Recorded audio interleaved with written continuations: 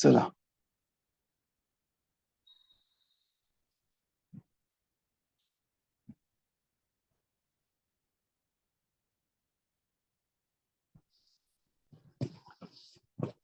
तीन भुवन में सार वीतराग विज्ञानता, शिव स्वरूप शिव का नमो त्रियोग समारी के।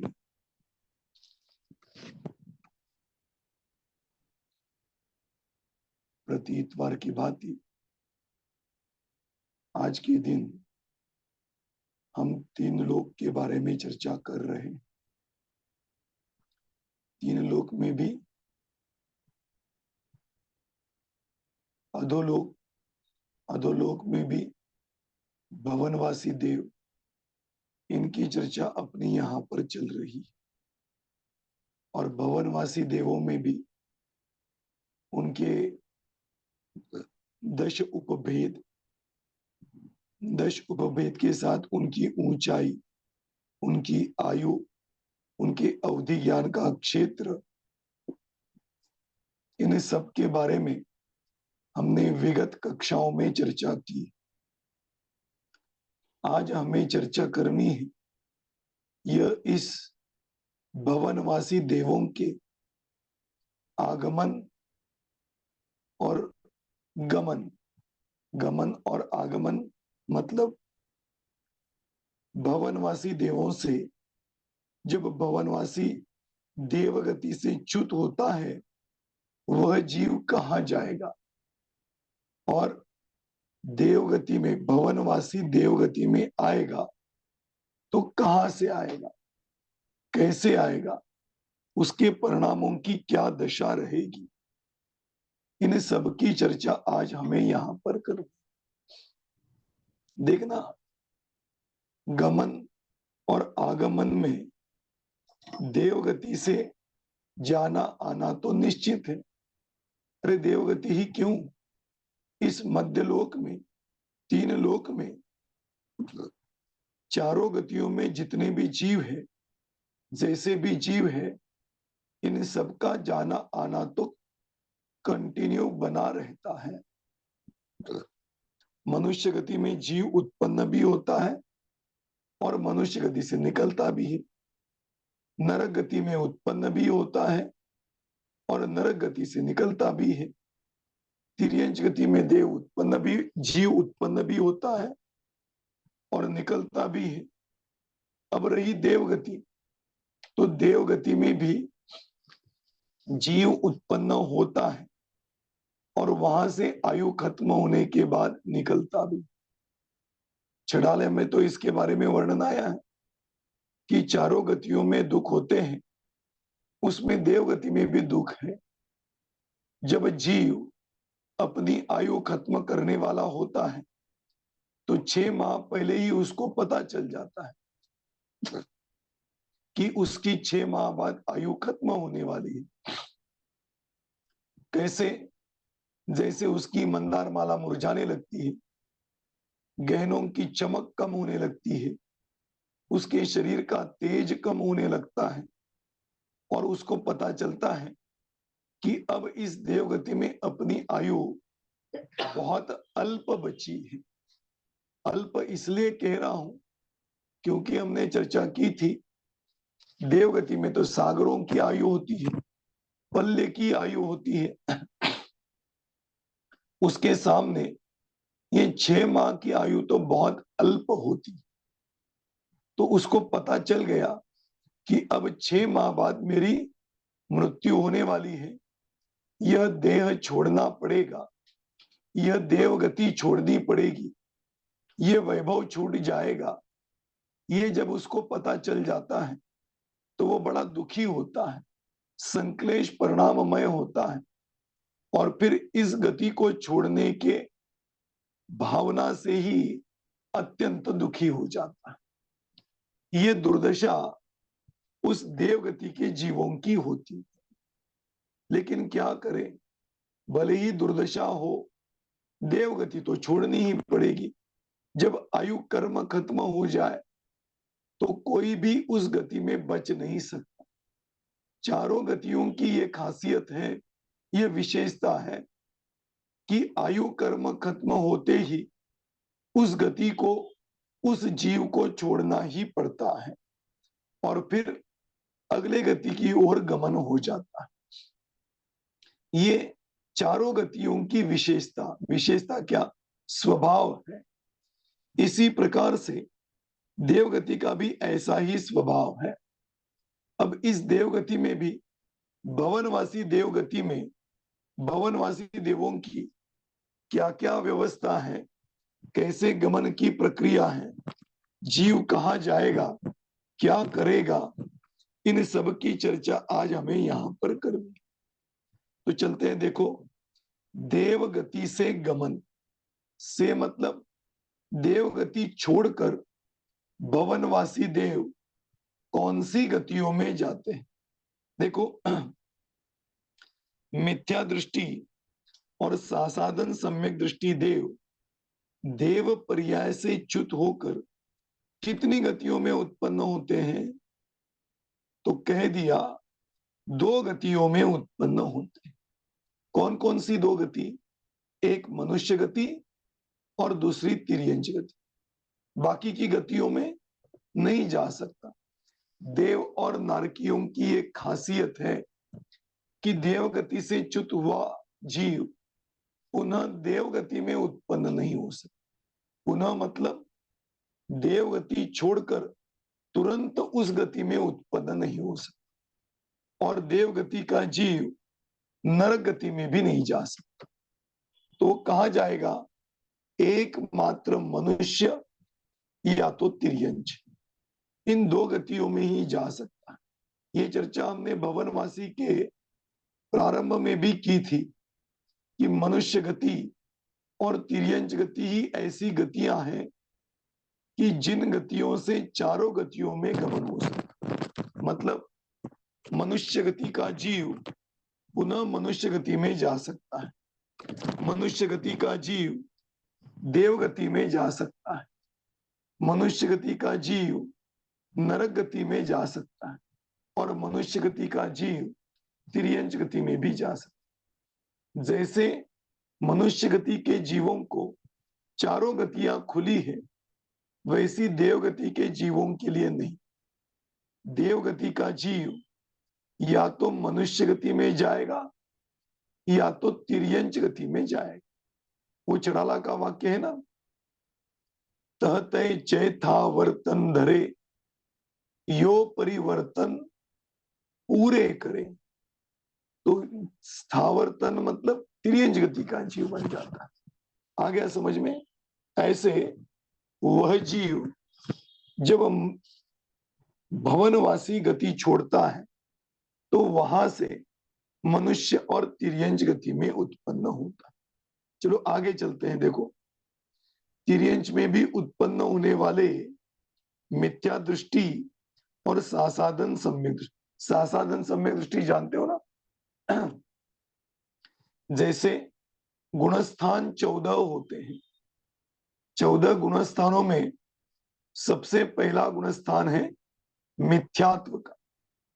मिथ्या दृष्टि जीव मिथ्यात्व के साथ परिणमन करता है तो उसका गुणस्थान मिथ्यात्व गुणस्थान कहलाता, जिसे पहला गुणस्थान कहते हैं, जिसको राजेशाही गुणस्थान भी कहा जाता। क्यों कहा जाता है? क्योंकि यह गुणस्थानवर्ती जीव राजा के समान वर्तन करता है, स्वच्छंदी वर्तन करता है, अपने स्वरूप को जानने का पुरुषार्थ नहीं करता है। मैं कौन हूं, कहां से आया हूं, मेरा स्वरूप क्या है, ये परिणाम कैसे बन रहे हैं, इनसे मैं कैसे छूटूं, इस प्रकार का कोई परिणाम इस मिथ्या दृष्टि जीव को होता नहीं। बल्कि उल्टी श्रद्धा, श्रद्धान की विपरीतता के कारण पर द्रव्यों को मैं, अपना, मेरा स्वरूप ऐसे मानकर बैठ जाता है और इन्हीं परिणामों के कारण, इन्हीं विषयों में लिप्त होता हुआ इन्हीं विषयों को भोगने की लालसा से चतुर्गति में अनंत दुखों को भोगता रहता है।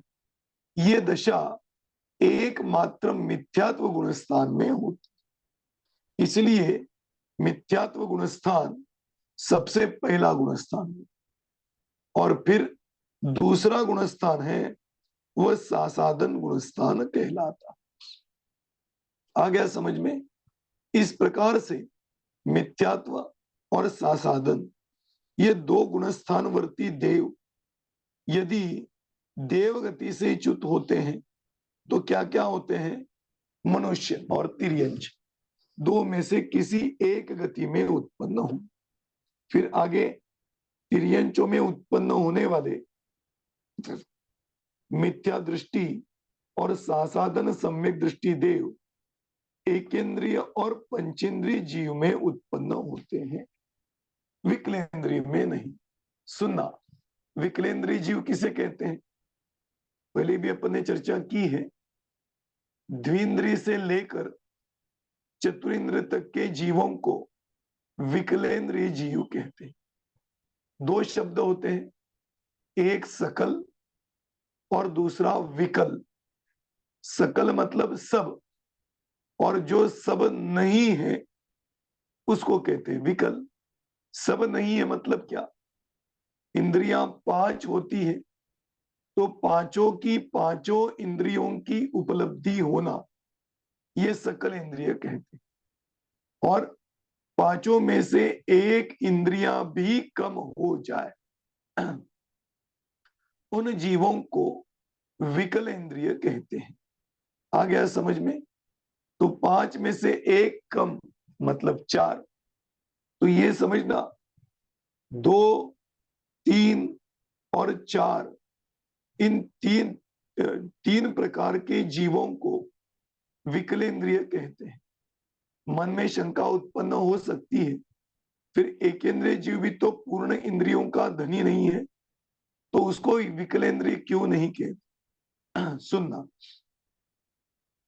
एकेंद्रिय और पंचेंद्रिय इंद्रियों की दो मर्यादाएं हैं।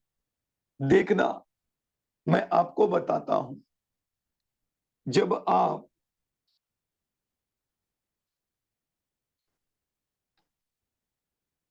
मान मतलब मैं आपको बताता हूं, सुनो। प्रमाण मतलब संख्यात, असंख्यात और अनंत, इसको कहते हैं मान। इसी को कहते हैं प्रमाण। कि काल गिनने का प्रमाण ये संख्यात, असंख्यात और अनंत रूप में होता है। इस संख्यात, असंख्यात और अनंत रूप को इसका स्वरूप जानने के लिए इसको तीन प्रकार से भेद किया जाता है। एक जघन्य, दूसरा उत्तम और तीसरा मध्यम। सुनना आप मेरी बात। जैसे संख्यात, इसको देखना है तो जघन्य कितना हो गया? एक। और उत्तम कितना हो गया? उत्कृष्ट कितनी हो गई संख्या? तो अपन तुरंत गिनना शुरू करते हैं, ये खर, फिर ये आगे आगे के भेद करते हैं। 1, 2, 3, 100, फिर 1000, 10,000, फिर लाख, 10 लाख, कोटि, 10 कोटि, ऐसे गिनते गिनते अरब खरब ये ऐसी चर्चा करने लगते हैं। लेकिन जिनवाणी में उसको समझाने के लिए बहुत बढ़िया बात है। क्या कहा? जघन्य माने एक और उत्कृष्ट माने, देखना सुनना, संख्यात के बाद असंख्यात प्रारंभ होता। तो ये क्या कहते हैं? संख्यात का उत्कृष्ट मतलब असंख्यात के जघन्य से एक कम। क्या कहा? समझ में आया? नहीं आया? समझना, तीन क्रम है। संख्यात, संख्यात के बाद असंख्यात और असंख्यात के बाद अनंत। जहां संख्यात खत्म होता है उसके अगले आंकड़े से असंख्यात की शुरुआत होती, फिर असंख्यात जहां खत्म होता है वहां से अनंत की शुरुआत होती। अब क्या कहा, जैसे देख लो, दशमान, 1 से लेके 10, इसको कहते हैं दशमान। तो 10 आंकड़े को बताना है तो कैसे बताएंगे? 11 में से 1 कम तो हो गया 10। ऐसे ही असंख्यात से 1 कम, ये होगी संख्यात की उत्कृष्ट दशा। फिर असंख्यात, वो असंख्यात का सबसे पहला प्रमाण, ये असंख्यात का जघन्य हुआ। और असंख्यात का उत्कृष्ट कैसे हो गया?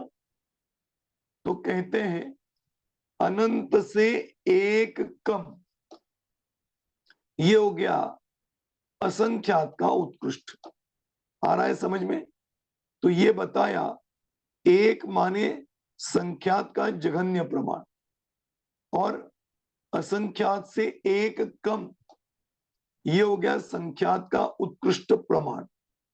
और उस उत्कृष्ट प्रमाण और जघन्य प्रमाण के बीच में जितना होगा वो सब मध्यम होगा।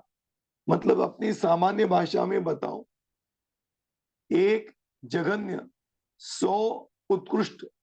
अब मध्यम कितने होंगे? 2 से लेके 99 तक, ये सब भेद मध्यम के हो जाए। आ रहा है ना समझ में? ये इसी प्रकार से यहां पर भी इसी की चर्चा की। क्या चर्चा की? एकेंद्रिय मतलब एक इंद्रिय, पंचेंद्रिय मतलब सकल इंद्रिय, अब विकलेंद्रिय मतलब 1 से अधिक और 5 से कम, अर्थात द्विंद्रिय, त्रिंद्रिय और चतुरिंद्रिय, ये हो गए विकलेंद्रिय। आ रहा है समझ में? अब पढ़ो यहां पर, तिर्यंचों में उत्पन्न होने वाले मिथ्या दृष्टि और सासाधन सम्यक दृष्टि देव एकेंद्रिय और पंचेंद्रिय जीव में उत्पन्न होते, विकलेंद्रिय में नहीं।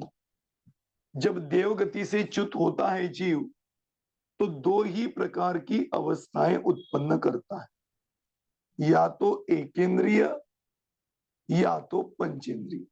बीच वाली कोई अवस्था देव गति से च्युत होने वाले जीव की होती ही नहीं, ये नियम है। आगे चलो, एकेंद्रिय में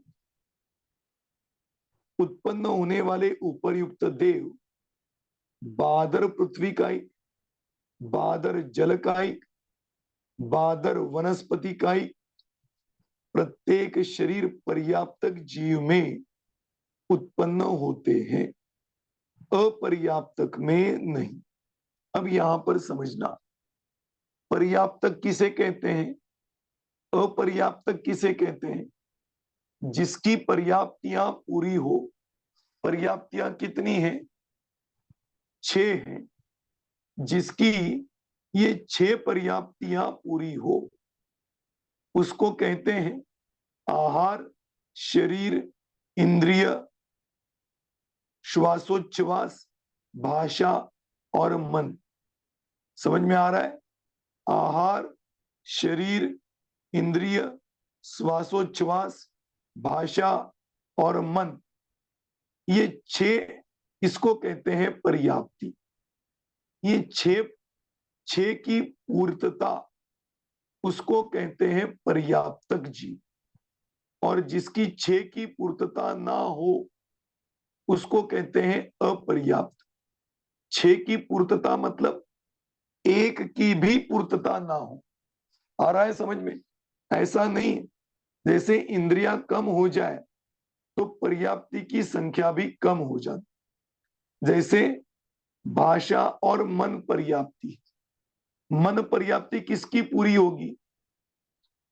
जो संगी होगा, सौदनी जी होगा, उसी की मनोपर्याप्ति पूरी होगी।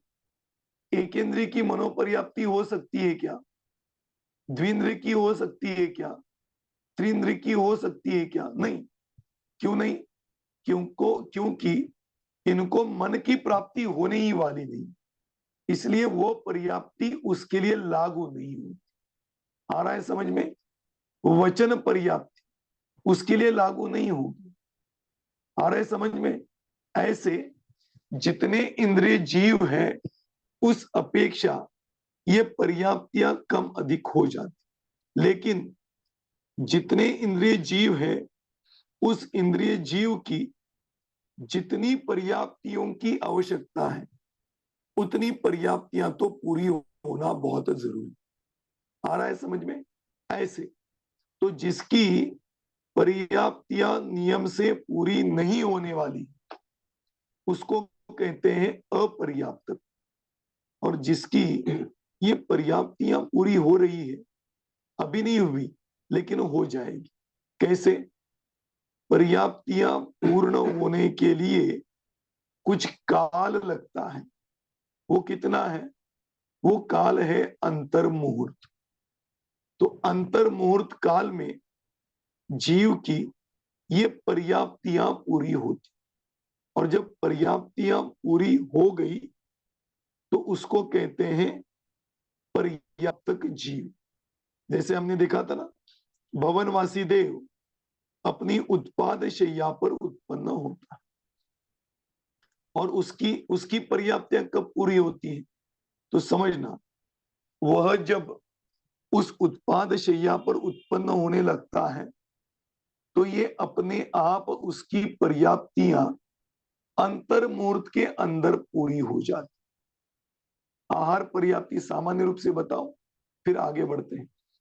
आहार पर्याप्ति आहार वर्गणाओं को ग्रहण करके उसको खर और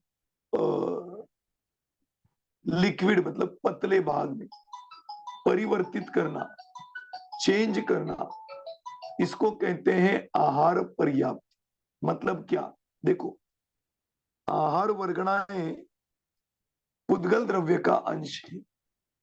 अब इस पुद्गल द्रव्य के अंश को या पुद्गल के उन आहार वर्गणा रूपी परमाणुओं को गाढ़े रूप में और पतले रूप में परिणमित करना, इसको कहते हैं आहार पर्याप्त। आहार शरीर, फिर शरीर के आकार मतलब गोले रूप में बनाना, उसको कहते हैं शरीर पर्याप्ति पूरी होना। फिर उस शरीर में यथा योग्य स्थान पर इंद्रियां उत्पन्न होना, आंख के स्थान पर आंख, कान के स्थान पर कान, ऐसे यथा योग्य स्थान पर उन उन इंद्रियों की निर्मिति होना, ये कहलाती है इंद्रिय पर्याप्ति। फिर उसके बाद ऐसी आहार वर्गणाओं पुद्गल वर्गणाओं को ग्रहण करता है कि जिससे इसका श्वासोच्छ्वास प्रारंभ होता है। जैसे ही शरीर इंद्रिय पर्याप्ति पूरी हो गई, वैसे श्वासोच्छ्वास पर्याप्ति पूरी हो। उसके बाद वो अपने आप श्वासोच्छ्वास लेना प्रारंभ करता, और फिर श्वासोच्छ्वास पर्याप्ति के साथ भाषा पर्याप्ति और मन पर्याप्ति, ऐसे 6 पर्याप्तियों की पूर्तता होना, इसको कहते हैं पर्याप्तक जीव। और जिसकी 6 पर्याप्तियां पूरी ना हो, 6 नहीं, कोई भी पर्याप्ति पूरी ना हो और नियम से नहीं होगी, उसको कहते हैं अपर्याप्तक जीव। आ गया समझ में? अब यहां पर देखो, एकेंद्रिय में उत्पन्न होने वाले उपर्युक्त देव बादर पृथ्वी कायिक, बादर जल कायिक, बादर वनस्पति कायिक, प्रत्येक शरीर पर्याप्तक जीवों में उत्पन्न होते हैं। अब देखो, बादर पृथ्वी कायिक जीव किसे कहते हैं? जो पृथ्वी रूपी शरीर में उत्पन्न हो, मतलब जिसका शरीर पृथ्वी है, उसको कहते हैं पृथ्वी कायिक। जल कायिक, जिस जीव का शरीर जल हो उस जीव को कहते हैं जल कायिक। वनस्पति कायिक, जिस जीव का शरीर वनस्पति हो, मतलब वनस्पति रूपी शरीर का अधिकारी, जल रूपी शरीर का अधिकारी, पृथ्वी रूपी शरीर का अधिकारी, उस जीव को कहते हैं पृथ्वी कायिक, जल कायिक और वनस्पति कायिक। इसमें बादर और सूक्ष्म दो भेद होते हैं। बादर किसे कहते हैं? जिनका शरीर किसी भी पुद्गल द्रव्य से अटक जाए, आर पार नहीं जा सके, उसको कहते हैं सूक्ष्म, नहीं जा सके उसको कहते हैं बादर। और जिनका शरीर किसी भी पदार्थ से आर पार चला जाए, उसको कहते हैं सूक्ष्म। समझ में आया? अब देखो, जब वो जीव देवगति से च्युत होगा तो एकेंद्रियों में तीन ही एकेंद्रियों में उत्पन्न होगा। कौन कौन से? पृथ्वी कायिक, जल कायिक और वनस्पति कायिक। इन मात्र तीन एकेंद्रीय जीव में ही उत्पन्न होता है। इसका मतलब ये हो गया, अग्नि कायिक और वायु कायिक शरीर धारण नहीं करता। कौन सा जीव? देवगति से च्युत हुआ जीव। आ रहा है समझ में? और वनस्पति कायिक में भी प्रत्येक शरीर पर्याप्तक, प्रत्येक शरीर मतलब जो वनस्पति बनी हुई है उसका अधिकारी जीव, उसके आश्रय से कई जीव रहते हैं, लेकिन उस शरीर का एक ही अधिकारी होता है। उस अधिकारी को कहते हैं प्रत्येक जीव। आ गया समझ में? ऐसे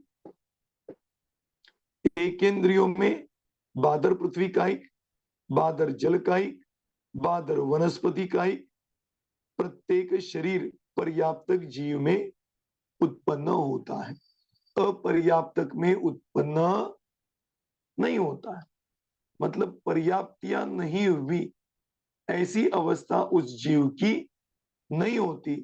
स्वर्ग से च्युत होगा तो पक्की बात है, शरीर धारण करके अवश्य उत्पन्न होगा। ठीक। अब आगे थोड़ी विशेषताएं भी बताई।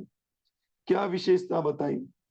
कि बादर वनस्पति कायिक में प्रत्येक शरीर में भी शुभ अंगों वाला उत्पन्न होता, अर्थात मूल, कंद, स्कंद, त्वचा, शाखा, प्रवाल, पत्र, इन सातों में उत्पन्न नहीं होते, वरन पुष्प, फल, बीज के रूप में उत्पन्न। देखो कितनी सूक्ष्मता से चर्चाएं की करणानियों के ग्रंथों में कि देवगति से च्युत होगा तो एकेंद्रिय में गया, एकेंद्रिय में भी वनस्पति कायिक में चला गया, तो उसमें प्रत्येक शरीर भी बना। अब आगे कहते हैं उसमें भी यदि एकेंद्रिय में उत्पन्न हो तो वो स्कंद आदि नहीं बनता, पत्ते आदि नहीं बनता, बल्कि क्या बनता है?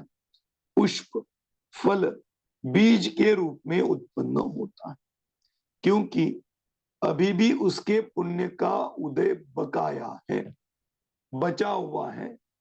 मतलब देवगति से आया है तो पुण्यशाली जीव ही तो देवगति में जाता है, तो वहां से आया है तो जितना पुण्य बचा है उसमें भी एकेंद्रिय में शरीर की प्राप्ति उत्कृष्ट ही होगी, निकृष्ट नहीं होगी। इसी प्रकार पृथ्वी कायिक में भी बहुमूल्य धातुओं में जैसे हीरा, माणिक, मोती, पन्ना आदि में ही उत्पन्न होता है, अन्य में उत्पन्न नहीं होता।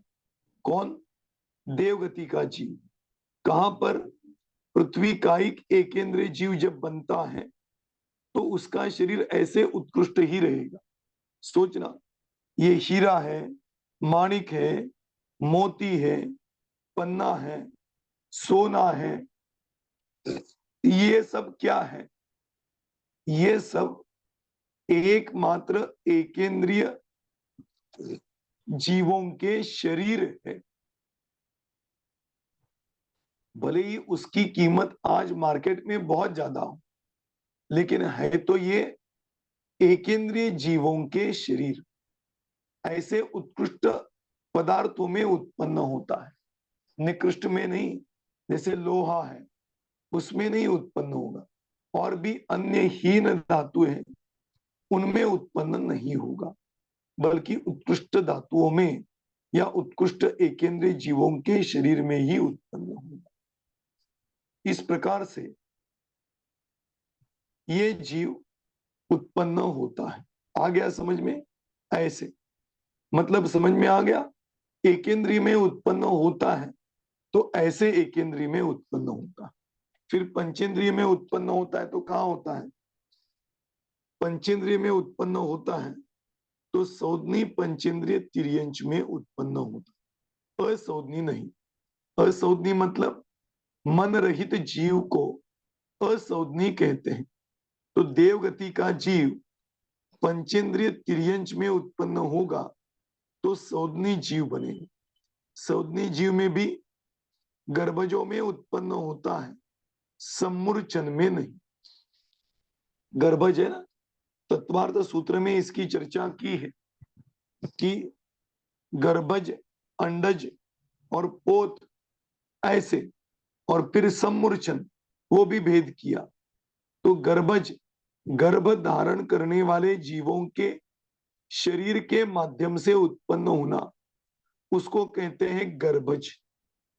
ऐसे तिर्यंच भी बनेगा तो संगी बनेगा, संगी बनकर भी गर्भज बनेगा, सम्मूर्छन नहीं। सम्मूर्छन जीव किसे कहते हैं?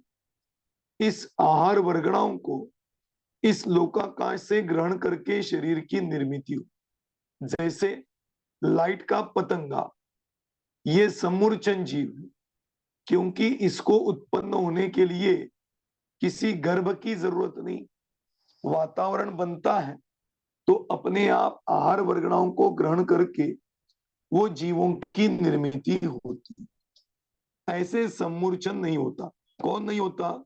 देवगति का जीव। आ रहा है समझ में? तिर्यंचों में जाएगा, सौदनी बनेगा, गर्भज बनेगा, सम्मूर्छन नहीं। गर्भज पंचेंद्रिय तिर्यंचों में उत्पन्न होने वाले ऊपर युक्त देव कर्म भूमि के तिर्यंच में उत्पन्न होते हैं, भोग भूमि के नहीं। उत्पन्न भी होंगे तो कर्म भूमि में उत्पन्न होंगे। भोग भूमि, भोग भूमि जानते हो ना, जहां पर कर्मों को करने की जरूरत नहीं, कल्प वृक्ष के नीचे बैठ जाओ तो प्राइच्छित वस्तुएं प्राप्त हो जाती है। ऐसे वह जीव भोग भूमि में उत्पन्न नहीं होता, मात्र कर्म भूमि में उत्पन्न होता है, अर्थात संख्यात आयुष्य वाले जीवों में उत्पन्न हो। तो प्रश्न उठाया, भोग भूमि तिर्यंच क्यों नहीं बनता? क्योंकि स्वर्गों में दान और उसकी अनुमोदना का अभाव है। दान मतलब, दान चार प्रकार का होता है ना, औषध दान, आहार दान, ज्ञान दान और अभय दान। उसमें भी आहार दान की प्रक्रिया तो देवगति के जीवों में हो ही नहीं सकती, अर्थात देवगति का जीव आहार दान कर नहीं सकता। इसलिए, और ये तिलोय प्रणति में कहा ही है कि भोग भूमि में उत्पन्न होना हो तो आहार दान, इसका फल भोग भूमि में उत्पन्न होना है। तो देवगति के जीव दान नहीं करते, इसलिए भोग भूमि में उत्पन्न नहीं हो सकते। ठीक ऐसे तिर्यंचों में उत्पन्न होता। यदि मनुष्यों में उत्पन्न होता है तो गर्भज मनुष्यों में उत्पन्न होता है, सम्मूर्छन में नहीं। गर्भज मनुष्यों में भी उत्पन्न होने वाले ऊपर युक्त देव कर्म भूमि अर्थात संख्यात आयुष्य वाले मनुष्यों में उत्पन्न होते हैं, भोग भूमि में नहीं। आ रहा है समझ में?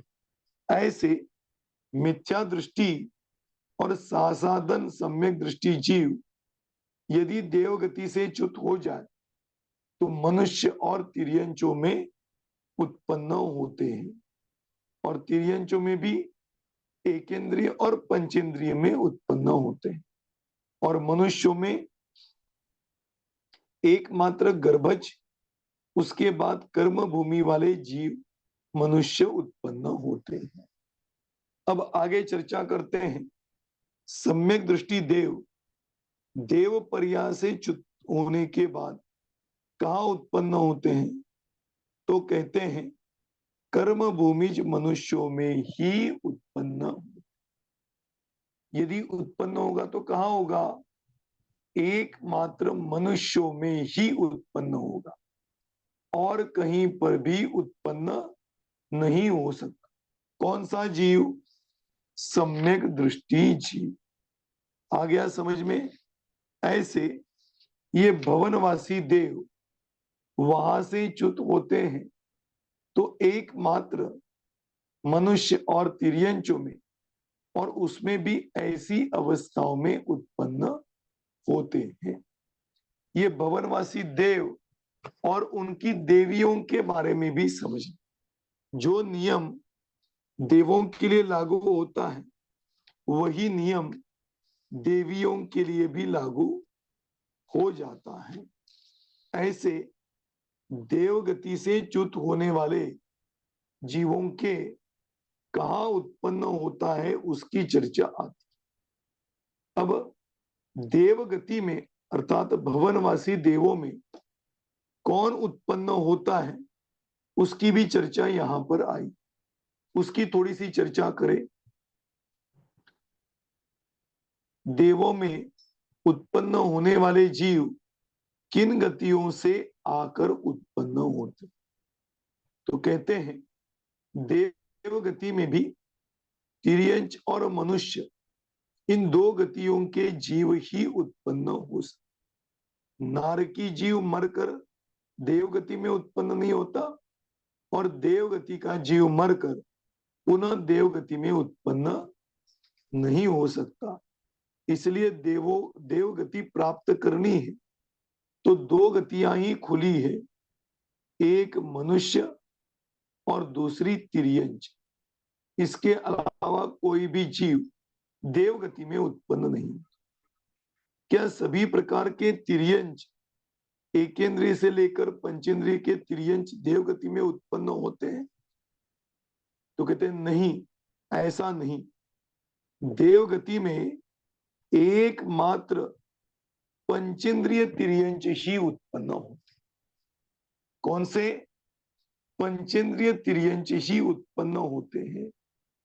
बाकी एकेंद्रिय से लेके चतुरिंद्रिय तक के जीव उस देवगति में उत्पन्न होते ही नहीं। तो सोचना, मनुष्य और तिर्यंचों में कितनी मर्यादा आई। क्या मर्यादा आई? एकेंद्रिय से लेके चतुरिंद्रिय तक के जीव देवगति में जाते ही नहीं। जाते हैं तो कौन से? पंचेंद्रिय जीव ही जाते हैं। आ गया समझ में? अब आगे देख लो। पंचेंद्रिय तिर्यंचों में संगी असंगी दोनों प्रकार के तिर्यंच देवगति में जाते हैं। समूर्छन वो भी और गर्भज वो भी जीव देवगति में चले जाते हैं। और पर्याप्त और अपर्याप्त, इसमें से देवगति में मात्र पर्याप्तक जीव उत्पन्न होते हैं। अपर्याप्तक जीव देवगति में उत्पन्न नहीं होते। क्यों नहीं होते? प्रश्न तो उत्पन्न हुआ होगा ना।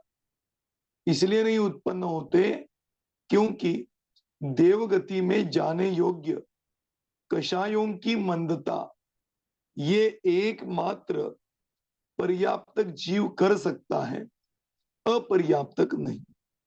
इसलिए पंचेंद्रिय तिर्यंचों में सौदनी असौदनी दोनों जीव जाते हैं। गर्भज सम्मूर्छन दोनों जीव जाते हैं।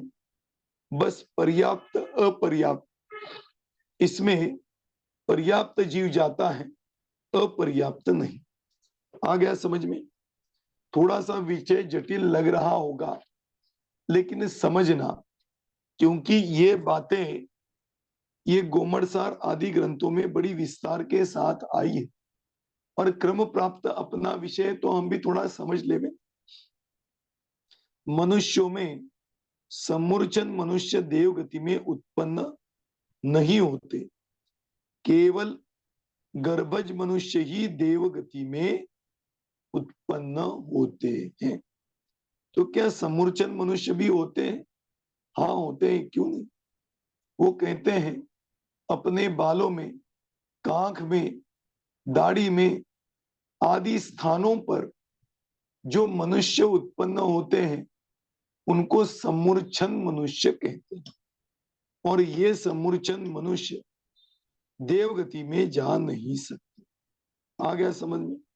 अब आगे प्रश्न करते हैं, असंगी पंचेंद्रिय तिर्यंच जीव देवगति में कौन से देवों में उत्पन्न होते हैं? क्या कहा? ऊपर बताया था ना, संगी जीव भी जाता है और असंगी जीव भी देवगति में जाता है। अब संगी जीव जाएगा, मन सहित जो जीव है वो देवगति में जाएगा। अब वो जाएगा तो कौन सी देवगति में जाएगा? उसका जवाब देते हैं, असंगी पंचेंद्रिय तिर्यंच जीव मरकर भवनवासी वाणवंतर देवों में उत्पन्न होते, अन्य देव में नहीं। क्या कहा? देव कितने होते हैं?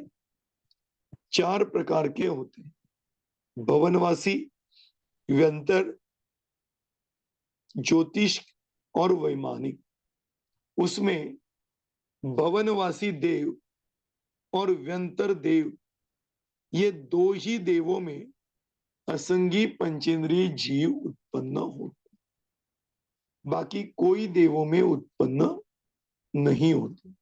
फिर आगे प्रश्न किया, संगी पंचेंद्रिय तिर्यंच किन देवों में उत्पन्न होते हैं?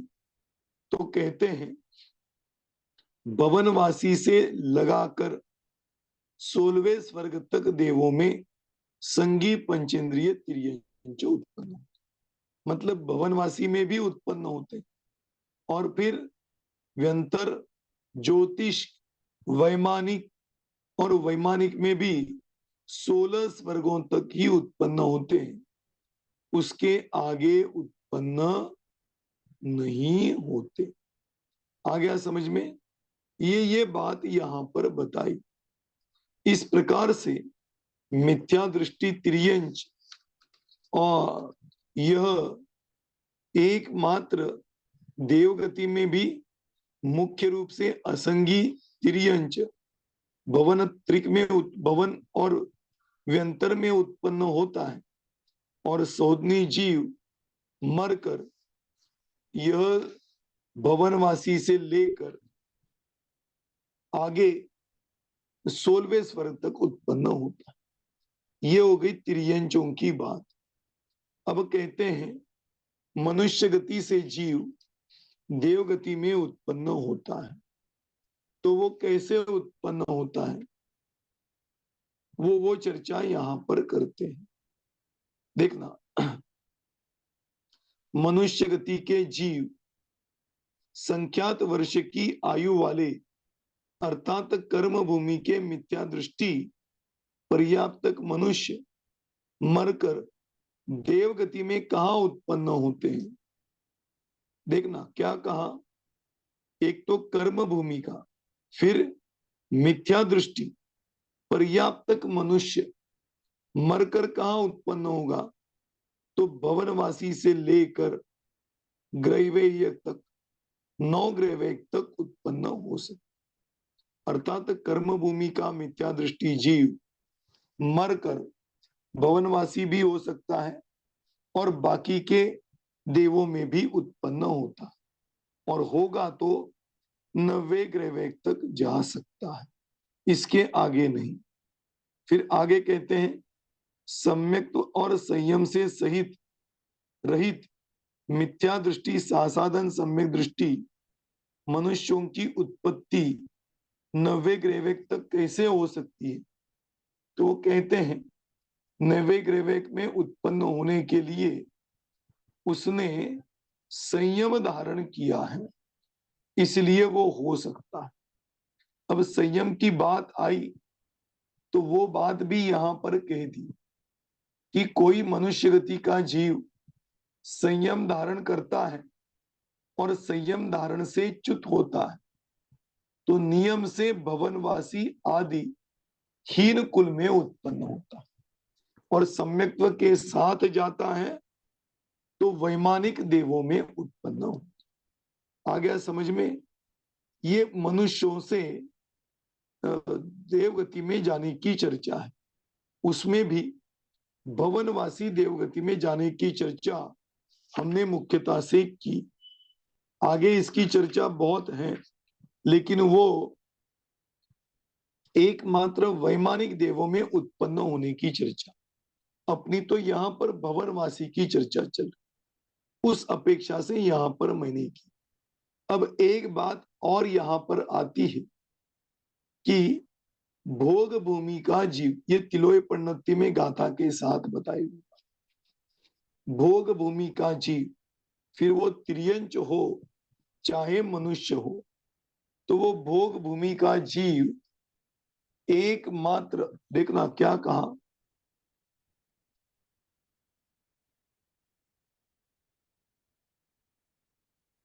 जो भोग भूमि में उत्पन्न हुआ है लेकिन मिथ्या दृष्टि है, वह मिथ्या दृष्टि जीव भोग भूमि से मरकर मंद कषायों के फल में एकमात्र भवनवासी व्यंतर आदि देवों में उत्पन्न होता, हीन कुल में उत्पन्न होता।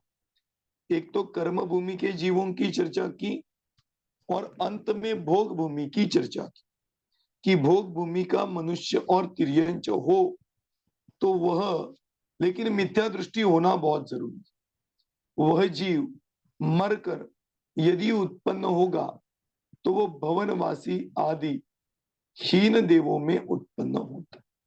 लेकिन देवगति में क्यों गया? एकमात्र कषायों की मंदता का फल, और सम्यक दृष्टि हो तो वह विमानवासी में भी सौधर्म ऐशान स्वर्ग तक ही जाता है। 16 स्वर्ग है ना, इसमें से पहले 2 स्वर्गों में उत्पन्न होता है, बाकी के स्वर्गों में उत्पन्न नहीं होता है। इस प्रकार से यह भवनवासी देवों में मनुष्य और तिर्यंच गति के जीव उत्पन्न होते हैं, और वो भी मिथ्या दृष्टि जीवों की बात आती है। सम्यक दृष्टि जीव हो तो वो तो वैमानिक देवों में उत्पन्न होते हैं। ऐसे यहां पर ये भवनवासी और व्यंतर देवों में मनुष्य और तिर्यंच गति के देवों के उत्पत्ति की चर्चा यहां पर आती है। आ गया समझ में? ऐसे ये अब इसका सार क्या, बड़ा विस्तार और कठिन लग रहा था, लेकिन इसका सार क्या? सार इतना ही है कि देवगति से च्युत हुआ जीव मनुष्य और तिर्यंचों में ही उत्पन्न होगा। तिर्यंचों में भी एकेंद्रिय में नहीं, एकेंद्रियों में अग्नि कायिक और वायु कायिक को छोड़कर 3 एकेंद्रिय बादर अवस्था में उत्पन्न होगा, और पंचेंद्रिय तिर्यंच होगा तो वो गर्भज ही होगा, कर्म भूमि का जीव होगा, ऐसी गति में उत्पन्न होगा। और मनुष्य होगा तो एकमात्र मिथ्यात्व के साथ सौदनी मनुष्य गर्भज ऐसे ही उत्पन्न होगा। आ गया समझ में? और उधर जाने वाला व्यक्ति जीव मनुष्य गति और तिर्यंच गति से जाएगा, तिर्यंच गति से जाएगा तो एकमात्र सौदनी असौदनी गर्भज समूर्छन और पर्याप्तक, ये जीव ही मात्र देवगति में जाते हैं, बाकी अपर्याप्तक जीव नहीं जाते। ये इसका सार हो गया। ऐसे गमन और आगमन की चर्चा यहाँ पर भवनवासी देवों में आती है। और आगे थोड़ी सी चर्चा है जो कि यहाँ पर तिलोय पन्नति में आई है, उसकी चर्चा यहाँ पर अपन करते हैं। वो देख लो क्या है वो, यह श्लोक गात तिलोय पन्नति भाग 1 पेज नंबर 322, इसमें यह चर्चा हो गई। क्या चर्चा की देखो, भवनवासी देवों की आयु बंधने योग्य परिणाम। अब देखो भवनवासी देवों का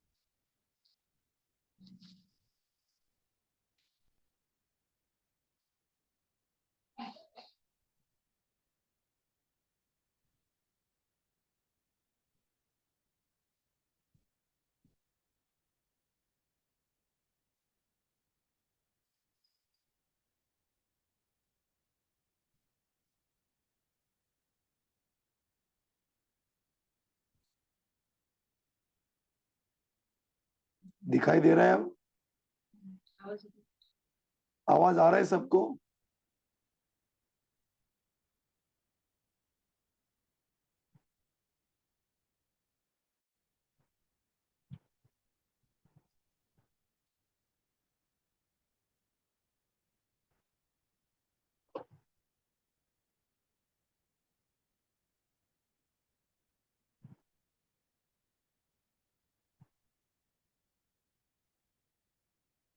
आवाज आ रही क्या?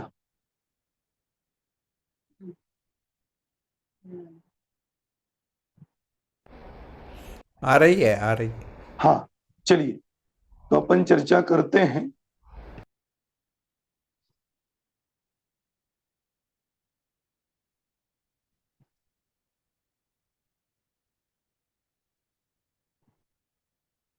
देखिए चर्चा अपनी ये चल रही थी, बीच में नेट का कुछ प्रॉब्लम हो गया होगा, बंद हो गया था, उतनी चर्चा करते। देखो भवनवासी देवों की आयु के बंध योग्य परिणाम, ज्ञान और चारित्र में दृढ़ शंका सहित संक्लेश परिणाम वाले तथा मिथ्यात्व भाव से युक्त कोई भी भवनवासी देवों में उत्पन्न या आयु को बांधते।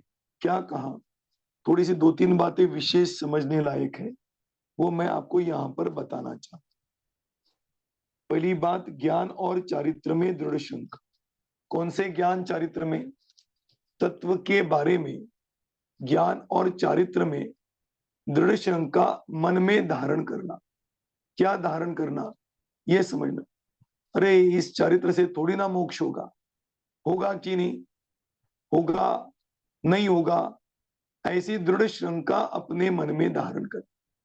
और किसी ने समझाया तो भी समझने की कोशिश नहीं करना, और यही मानकर चलना कि अरे इस चारित्र से तो कभी मोक्ष होगा नहीं, इस ज्ञान के द्वारा मोक्ष होगा नहीं, कल्याण होगा नहीं, सुख मिलेगा नहीं। ऐसी दृढ़ शंका जो मन में धारण करता है वो भवनवासी की आयु बांध लेता है।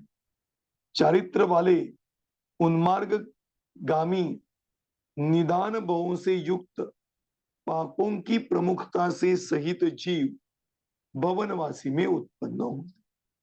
मतलब चारित्र भी करेंगे तो जानबूझकर शिथिलता पूर्वक आचरण करेंगे, और शिथिलता पूर्वक हुए आचरण में योग्य आचरण मानकर बैठना, ये भवनवासियों की आयु की उत्पत्ति का कारण।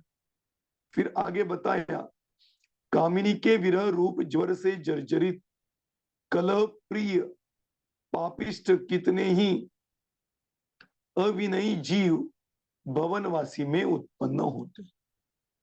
आगे बताया, देखिए बहुत सारी बात है इसमें बताई कि कलह प्रिय जीव भी भवनवासी में उत्पन्न होते।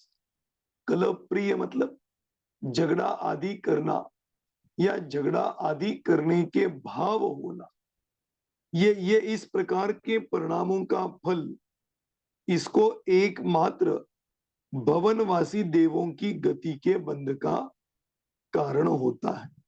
आ गया समझ में? इस प्रकार से मिथ्यात्व भाव से संयुक्त कितने ही संगी और असंगी जीव भवनवासियों में उत्पन्न होते हैं, परंतु विशुद्ध सम्यक दृष्टि जीव देवों में कदापि उत्पन्न नहीं। कौन से देव में? भवनवासी, व्यंतर और ज्योतिष, इन दो देवों में कदापि उत्पन्न होते नहीं। आ गया समझ में? ऐसे इन भवनवासी देवों में उत्पत्ति की चर्चा या उनके आयु के बंध का कारण यहां पर बताया। इसलिए समझना कि यदि हमें तत्व के बारे में दृढ़ अश्रद्धा हो, शंका हो और शंका मिटाने के भाव नहीं हो रहे हो, तो हमारी दुर्गति ही होने वाली। आ गया समझ में? कलह प्रिय मन उत्पन्न हो रहा हो तो भवनवासी में ही उत्पन्न होगा।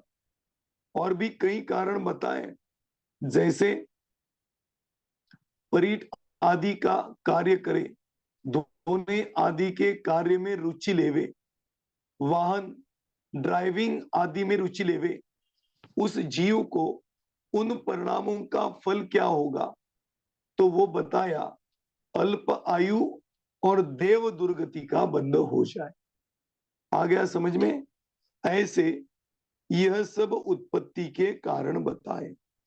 इस प्रकार से यहां पर इन भवनवासी देवों में उत्पत्ति के कारण बताए।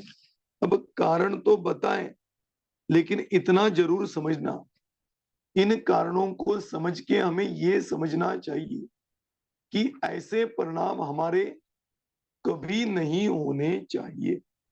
ऐसे परिणाम हो जाए ना, और भी समझना, एक कारण बताना रह गया, वो भी समझना कि कुदेव, कुगुरु और कुशास्त्र को भजने वाला और भजने के लिए प्रवृत्त करने वाला जीव यदि उस समय आयु कर्म का बंद करेगा तो भवनवासी आदि दुर्गतियों का ही बंद करे। क्या कह रहा हूं समझना।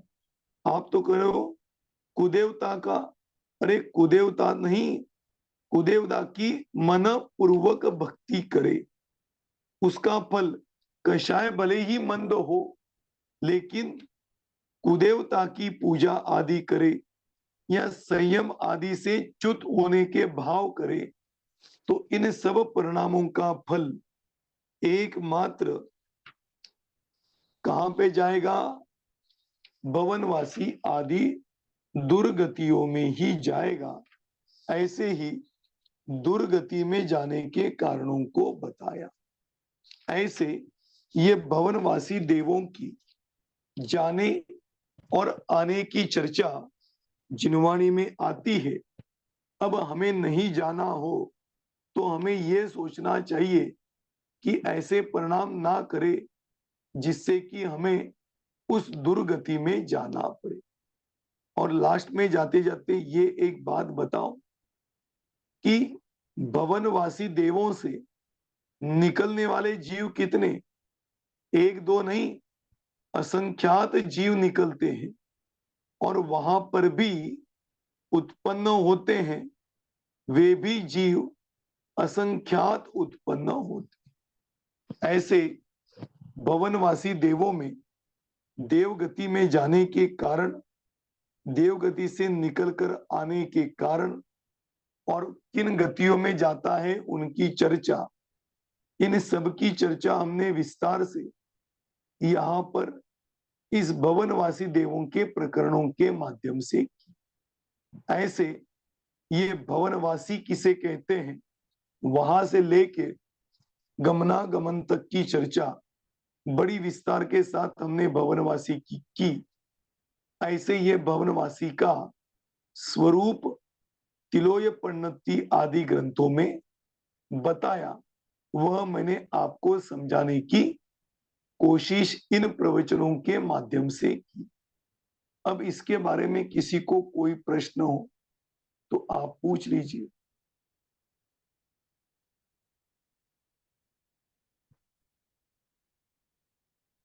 हाँ कुलभूषण जी, अनम्यूट कीजिए।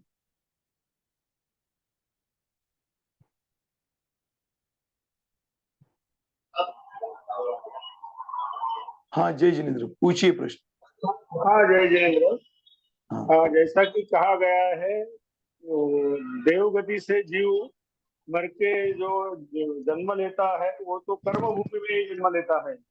हाँ तो इसका मतलब ये समझा जाए कि षटकाल परिवर्तन के जो पहले 3 काल है, उस हाँ। काल में कोई भी देवगति का जीव जन्म नहीं ले सकता है ना वहां पे। क्यों?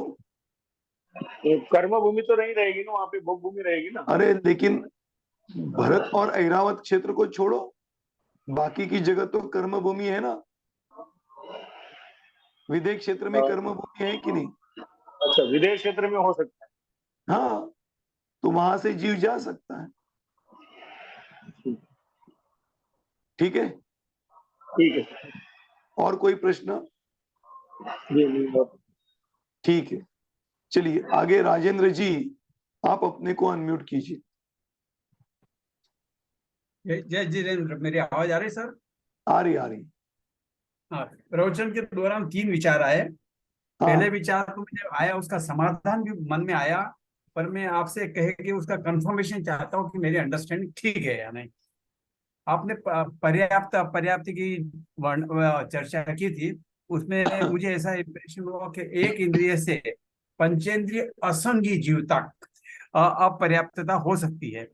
फिर मैंने विचार किया कि इनको मन तो होता है, फिर ये भी आगे मन नहीं होता, कारण कि उन्हें तो आयु श्वासोच्छ्वास तो शरीर होता है। यदि मन नहीं होता है तो दो इंद्रिय से 5 इंद्रिय, 4 इंद्रिय जीव, भौरा, मकोड़ा वगैरह, हम उसको हटाने की कोशिश करते तो भाग जाता है। तो उसको मन है ऐसा मुझे लगा। फिर लगा कि नहीं भी, वो तो शरीर को तकलीफ स्पर्शन इंद्रिय के से भाग जाता है। ये मेरी अंडरस्टैंडिंग ठीक है सर? पहली बात तो यह समझना, जी। अपर्याप्त की यह अवस्था हाँ एकेंद्रिय हाँ। से लेकर पंचेंद्रिय तक सबकी हो सकती। जी। क्यों? क्योंकि पर्याप्तियों की पूर्तता ना होना ये हाँ हाँ। अपर्याप्त का नियम है। अब आपका प्रश्न एक्चुअली संगी और असंगी के बारे में होगा कि नहीं, मेरे मन की बात, उनको मन होता है या नहीं, ये मेरा हाँ, प्रश्न है। वही वही वही मैं बता रहा हूं आपको जी कि जी आपका जी। प्रश्न संगी असंगी के बारे में है। तो जी। वास्तव में एकेंद्रिय से लेके चतुरिंद्रिय तक के जीवों को मन होता ही नहीं। चतुरिंद्रिय नहीं, हाँ, पंचेंद्रिय भी होता लो, है। असंगी पंचेंद्रिय भी उसमें गर्भित हो जाएं, जी उनको जी मन होता ही नहीं नियम से, जी। इसलिए उसको समझ गया। असंगी कहते हैं। ठीक है, क्लियर। जी सर। चलिए।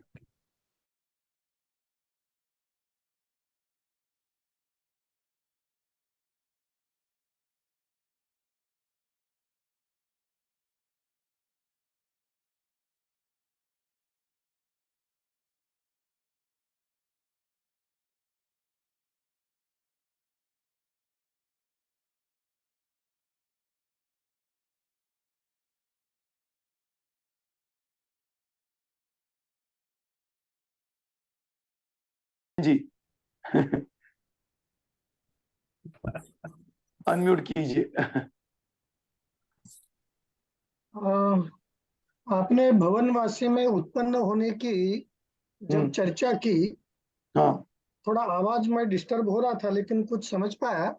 हाँ क्या असंगी पंचेंद्रिय तक के जीव भवनवासी में उत्पन्न होते हैं?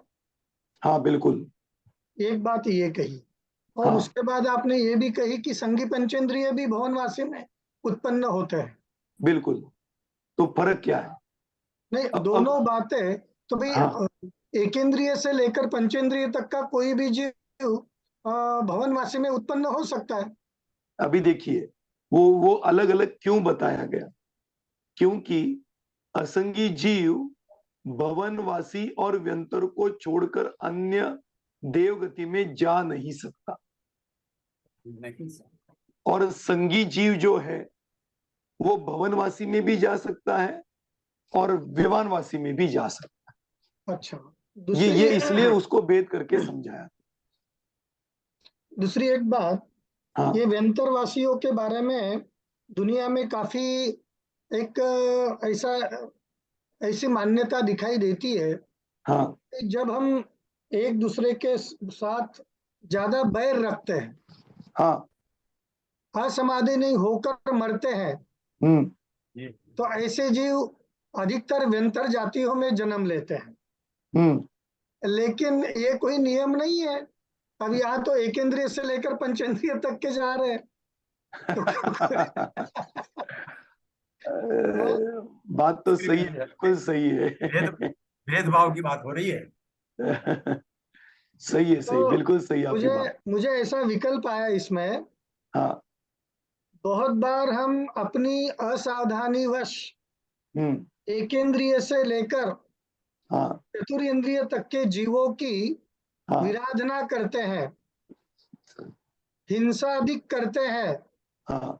और ऐसे जीव जब मरकर व्यंतरादि पर्यायों में जाएंगे हम्म तो संभावना है कि हम्म। उनको अपने प्रति वैरत्व की भावना उत्पन्न हो।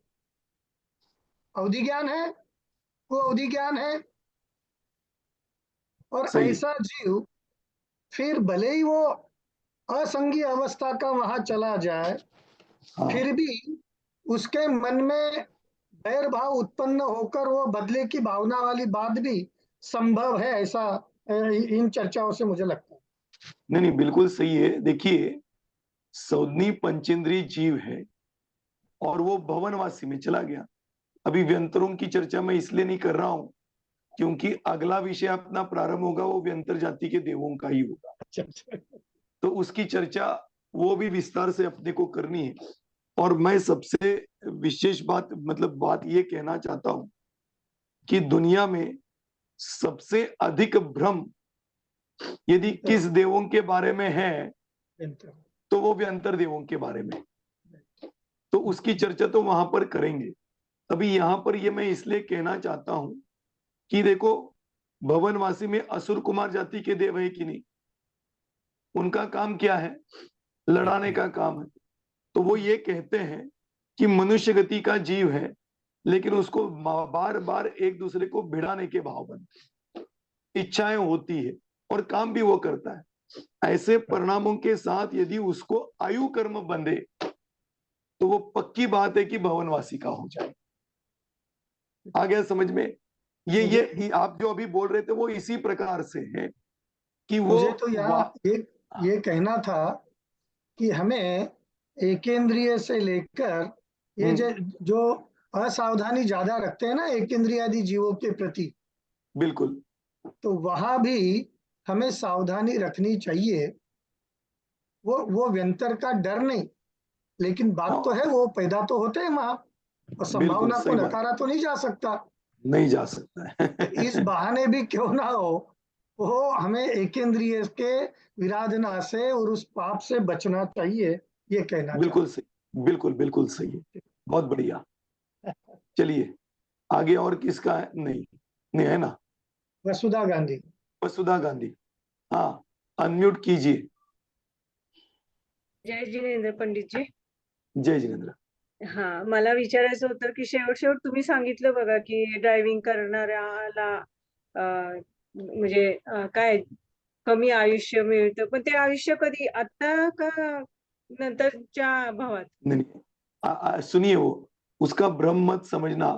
उसको मैं दो बातों के माध्यम से कहता हूं। यदि आपके पास कार है और आप ड्राइविंग कर रहे हैं तो आपको भवनवासी देवों की आयु बंधेगी, ऐसा नियम नहीं। लेकिन जो वो स्वयं, यहाँ पे तिलोय पंडिती में शब्द का प्रयोग बढ़िया है कि जो स्वयं चल के ऐसे कामों में रुचि लेते हैं, हम्म तो वो जीव वहां पर जाके उत्पन्न होने के योग्य आयु कर्मों को बांधते। जैसे ना देवों में एक भेद है, वह भेद एक देव को एक जगह से दूसरी जगह ले जाने के लिए वो देवों का कार्य है कि विमान बनना। मतलब सौधर्म इंद्र है, उसको तीर्थंकरों के समूह शरण में आना है, तो वो सौधर्म इंद्र स्वयं चल के नहीं आता है, उसके जो अधीन देव हैं वो देव वाहन बन जाते हैं और फिर उस पे बैठ के वो सौधर्म इंद्र यहाँ पर आता है। अब ये वाहन रूपी देव गति में कौन जाएगा? हाँ, वो ऐसी बात है कि जिसके ऐसे परिणाम हो रहे हैं और उसको आयु कर्म बंद हो जाए, रुचि पूर्वक की बात। स्वयं की गाड़ी चलाए तो वो बात नहीं है, लेकिन ड्राइविंग आदि के कार्यों में जिसको रुचि है उसको उस गति का बंद हो जाए। ये यहाँ पर बताना चाहता हूँ। आ गया समझ में? नहीं तो कल से आप अपनी गाड़ी छोड़ दोगे तो प्रॉब्लम आ जाएगा। ठीक है, चलिए। और किसी को कोई प्रश्न?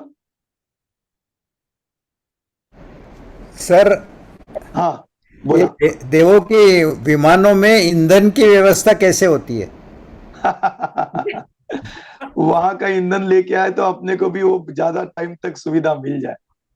नहीं, देव गति के जीवों में ईंधन की बात कहाँ आती है? उस विमानों में विमान कैसे चलते हैं? तो वही बता रहा हूँ। हाँ, जो देवों के भेद है ना, हाँ, तो देव ही खींचते हैं उसको। देव स्वयं विमान बन जाते हैं। अच्छा। और उसके ऊपर दूसरा देव अपने, है ना, छोटा बच्चा होता है, वो अपने पिताजी को या दादाजी को कहता है तुम घोड़ा बन जाओ, मैं चढ़ जाता हूँ।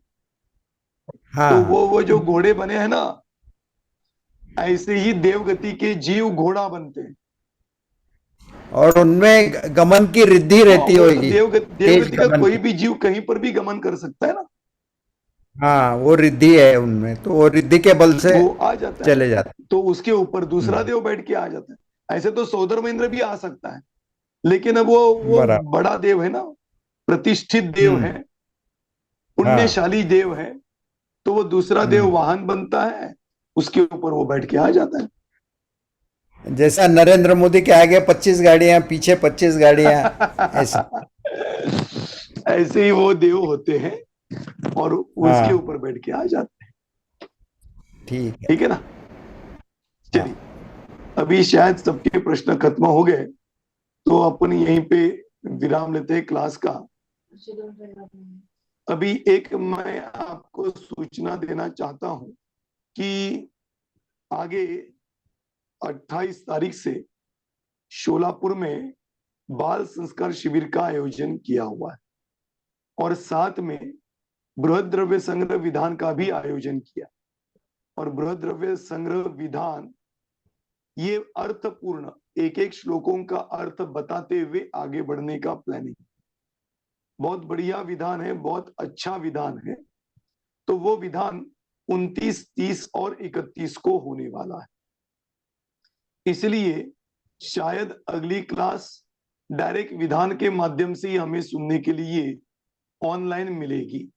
वो भी आपको यूट्यूब पे मिल जाएगी, vpt.विक्रांत शाह की यूट्यूब पे आपको मिलेगी, या तो मैं गुलाब चंद जी को उसका आईडी भी भेज देता हूं। सर, पूरा विधान जूम पर लीजिए ना आप। हाँ ठीक है, वैसा करेंगे। हाँ, तो वो पूरा का पूरा विधान जूम पर लेंगे। हाँ, तो चालू रखिए जूम पर, तो सभी लोग आनंद लेंगे उसका। बिल्कुल, तो ऐसे ही करते हैं। हाँ, कि जूम पे वो लेंगे तो और सबको देखने के लिए मिले। बाल शिक्षा शिविर जो है ना, हाँ, वो भी जूम पर रखिए। अच्छा। हाँ, चलो ठीक है। हाँ, वो व्यवस्था देख के मैं आपसे खुद कांटेक्ट करता हूँ। चलेगा। लेकिन विधान का तो करेंगे। इसमें क्वांटिटी 100 लोगों का है, वो बढ़ाना है तो अपन बढ़ा भी सकते।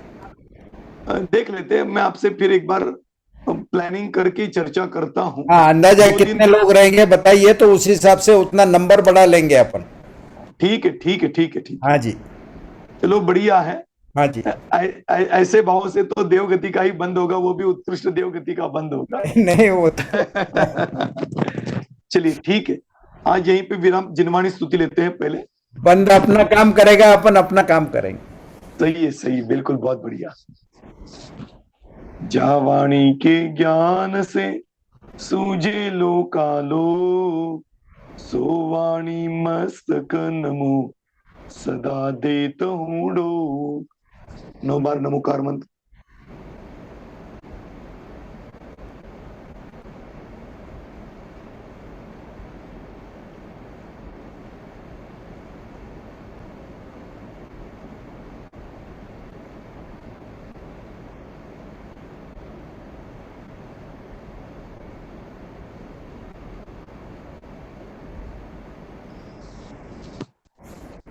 जय बोलो सिद्धांत शास्त्र की जय, जय। जिनवाणी माता की जय। जय हो।